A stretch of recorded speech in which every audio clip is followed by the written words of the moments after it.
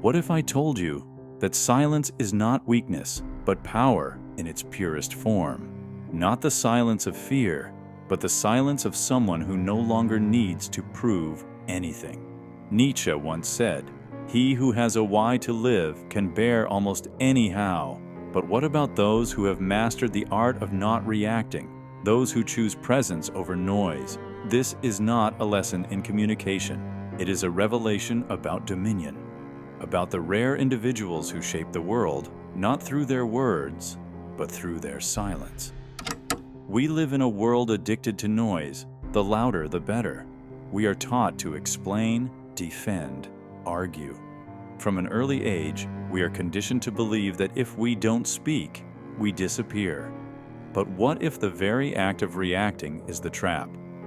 Nietzsche believed that most arguments are not about truth, but about control. When we feel the urge to justify ourselves, to respond, to explain, we often surrender the very power we think we are defending. The world tells you that silence is defeat, but Nietzsche whispers something else. Silence is power. Silence is presence. Silence, when chosen consciously, destabilizes. Because the moment you stop reacting, you stop playing their game. Think of this. In every conversation, in every conflict, the one who speaks least is the one who holds the most tension. And tension is power. When you no longer seek approval, your energy becomes impenetrable. The herd morality, Nietzsche's term for the values adopted by the masses, demands that we be polite, agreeable, explain ourselves. But the Overman, the Übermensch, does not explain. He acts. Or more dangerously, he waits. The power of silence lies not in absence, but in presence without submission.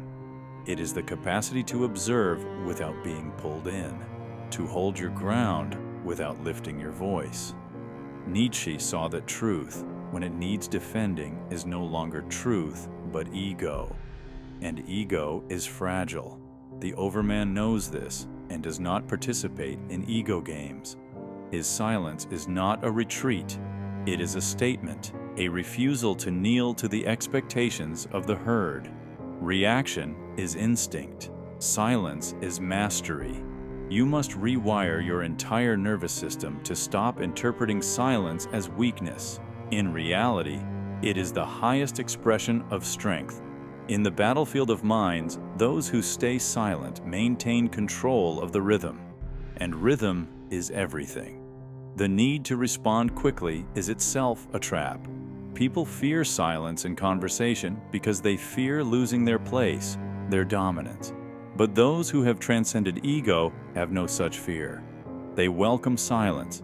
They use it, because the one who controls the tempo controls the outcome. Learn to embrace pauses. Learn to resist the impulse. That split second of restraint is the seed of true transformation. In that moment, you are not reactive. You are sovereign. True silence is not suppression. It is a revelation.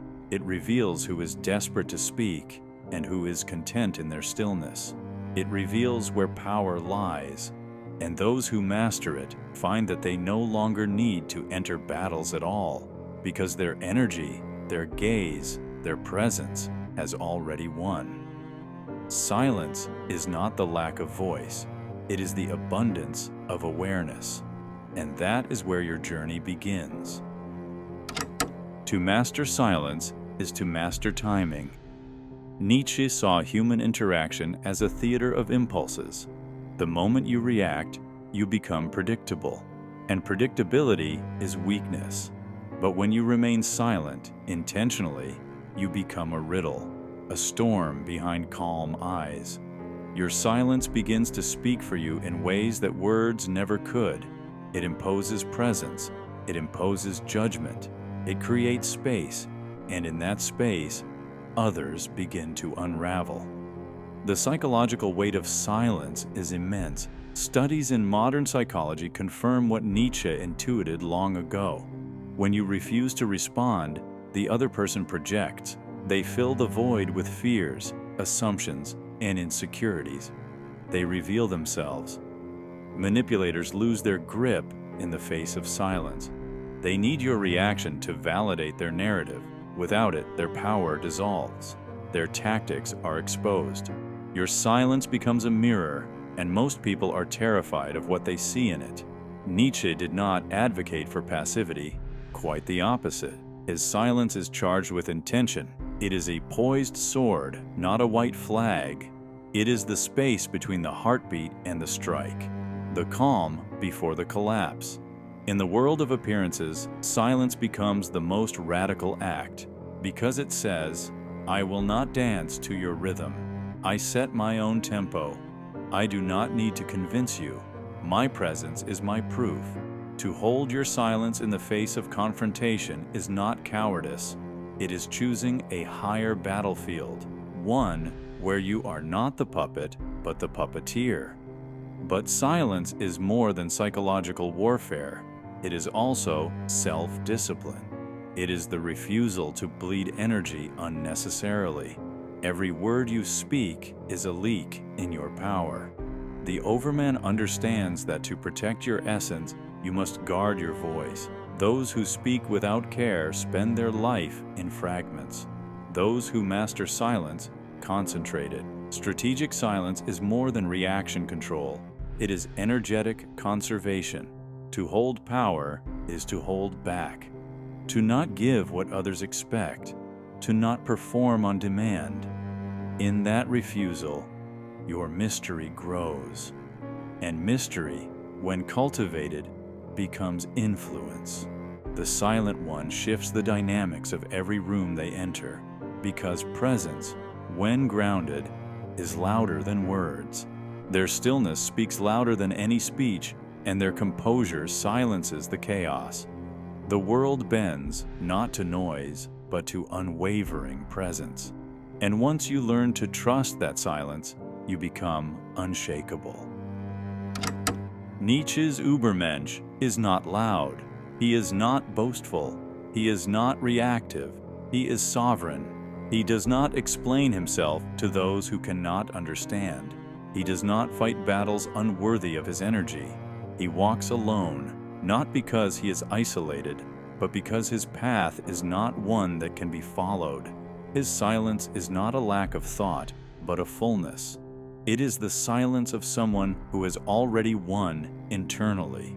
The silence of a being who is no longer interested in performance. While others fight for validation, he watches. While others raise their voice, he lowers his. And in doing so, he commands. This is not silence as avoidance. This is silence as dominion. The kind of dominion that says, "I do not owe you an answer. I am not yours to provoke. I am the sovereign of my own inner world." Nietzsche believed that society corrupts the individual with its need for approval, for agreement, for compromise. The Overman rises by refusing these things, and he begins, always, with silence. Every word spoken is a choice, every silence a declaration. To speak only when needed and never to prove, that is the way of the Overman. The world cannot touch the one who refuses to react.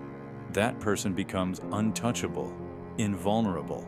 Because what can be done to someone who does not need applause, who does not flinch in silence, who cannot be baited? Stillness is not stagnation. It is the strength of mountains. It is the eye of the storm. Stillness is not emptiness. It is readiness. The Overman waits not in fear, but in observation. He knows when to move, and when he does, it is always decisive. He does not make himself accessible to every demand, nor does he exhaust himself explaining his truth. He has no interest in being understood by those who have not earned the right to hear his silence. His presence is its own philosophy, a living testament to discipline and inner peace. While the herd demands proof, the Overman offers presence, and in that presence, the world bends. You must become the mountain, not the echo. You must become the pause, not the explanation. And when you do, the world cannot help but listen. Let silence be your signature. Herd morality teaches you to be agreeable, to be liked, to avoid conflict. It teaches you to conform and to feel guilty when you don't. Nietzsche saw this as the great domestication of the human spirit. When you remain silent in the face of pressure, you reclaim your inner authority. But when your silence is born from fear, from guilt, from submission, it is no longer power. It is resignation. To break from herd morality, you must become intolerant to your own weakness. You must stop romanticizing peace at the cost of your power, because peace without dignity is not peace, it is paralysis. How many times have you smiled to avoid conflict? How many times have you stayed quiet while someone else took the space that was yours? That is not virtue. That is surrender. The Overman does not seek conflict, but he does not avoid it when it comes. His silence is not compromise, it is calculation. It is the stillness of someone who will move when the time is right and not a second before. When you stop being afraid of being misunderstood, you begin to speak the language of the powerful. And sometimes that language has no words at all. Herd morality is the morality of guilt, of obedience, of fear. It thrives in societies where conformity is rewarded and authenticity is punished. But Nietzsche wrote for those who are ready to walk alone, for those who would rather be misunderstood than be diluted. The one who follows herd morality dies many times. The one who breaks from it lives truly, once and fully. Silence is the first rebellion. Presence is the second. The third is to act only when the moment is ripe. And when that moment comes, it is not anger that guides you. It is clarity. You begin to recognize who feeds off your silence and who is destroyed by it. You learn to distinguish between stillness and suppression. One empowers, the other erodes. Nietzsche's vision was never about separation from the world, but about transcending its shallow demands. And you do that not by becoming louder, but by becoming untouchable. To dismantle herd morality is to reclaim authorship of your own values, values rooted in strength, discipline, and inner sovereignty. The Overman does not apologize for outgrowing his environment. He simply outgrows. And when you do the same, you'll find that the silence which once felt lonely now feels like home. Silence is not the absence of voice, it is the presence of command. Nietzsche did not write for the masses, he wrote for the few, those rare ones willing to walk alone, to see clearly, and to live without needing validation. So, ask yourself, do you react because you must, or because you haven't yet learned how not to?